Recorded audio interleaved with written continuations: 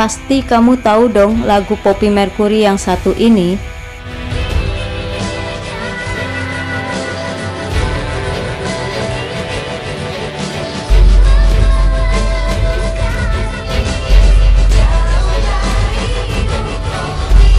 Lagu Poppy Mercury yang berjudul Biarkan Ku Pergi ini mempunyai kisah menarik dalam proses pembuatannya. Selain itu, dalam proses pembuatan cover albumnya pun melibatkan seorang fotografer handal untuk urusan desain cover album ini, yaitu Dik Doang. Berikut ini sedikit kenangan Dik Doang saat bekerja sama dengan Poppy Mercury saat pembuatan video klip lagu Poppy Mercury yang berjudul Biarkan Ku Pergi, dan berikut ulasan selengkapnya.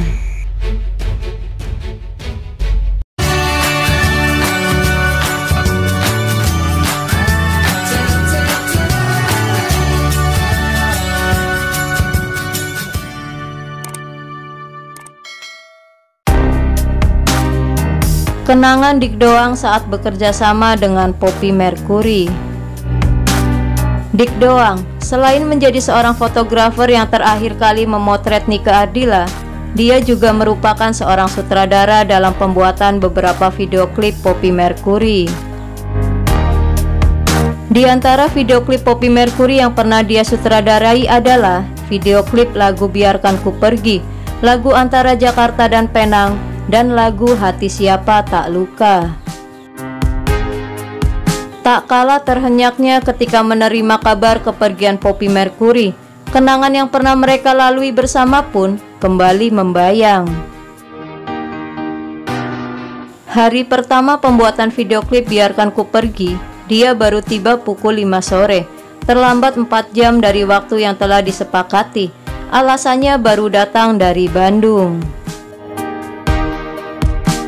Saya sempat tegur dia agar pegang waktu. Sejak itu dia tidak pernah lagi terlambat. Memang, waktu pembuatan video klip lagu Antara Jakarta dan Penang, saya perhatikan kondisi badannya kurang sehat dan terlihat kurus. Dia mengaku sering sakit-sakitan. Saya sadar, dia pasti sangat menderita.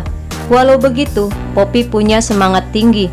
Saya benar-benar salut, ujar Dik Doang. Tahukah kamu, album Biarkan Ku Pergi sendiri merupakan album di awal debut seorang Poppy Mercury di label barunya, yaitu HP Record, walaupun sebelumnya sudah menghasilkan single Badai Asmara.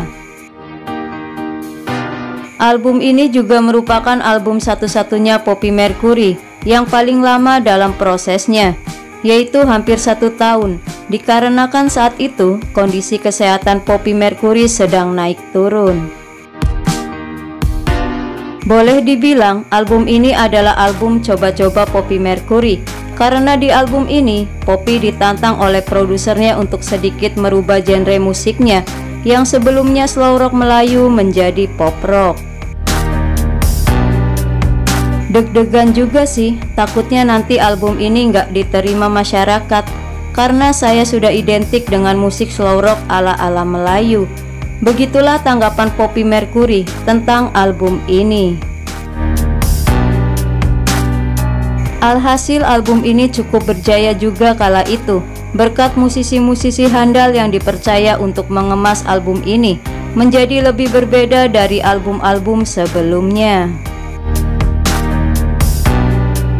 Di antara para musisi yang terlibat adalah Balianto Wahyudi di aransemen, Paisleng di gitar, Mus Mujiono di gitar, Uce Haryono di drum, Johnny Rodit di gitar, Thomas Bitom di bass, Dasia Dayak di drum, Rani Nur sebagai backing vokal, Vicky VH di mixing, serta Dik Doang sebagai fotografi dan desain yang membuat cover album ini menjadi sempurna.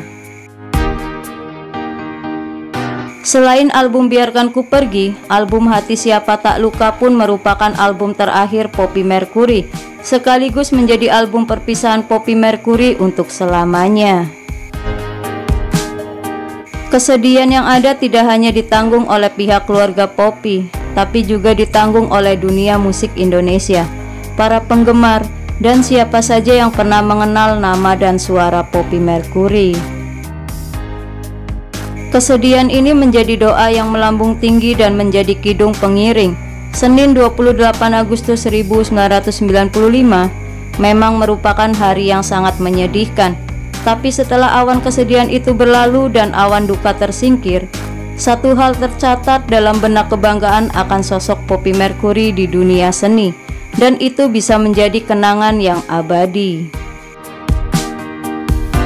Dari kisah ini, kita bisa belajar dari sebuah proses yang dilalui oleh almarhumah Poppy Mercury, bahwa dengan segenap upaya, kerja keras, dan keyakinan yang disertai dengan doa, akan mampu menciptakan sebuah hasil atau karya yang luar biasa, dan tentunya akan meninggalkan berjuta kenangan indah yang takkan pernah terlupakan setelah ketiadaannya. Semoga ulasan ini menambah informasi dan selalu bermanfaat. Lebih banyak tahu lebih banyak. Terima kasih dan sampai jumpa kembali.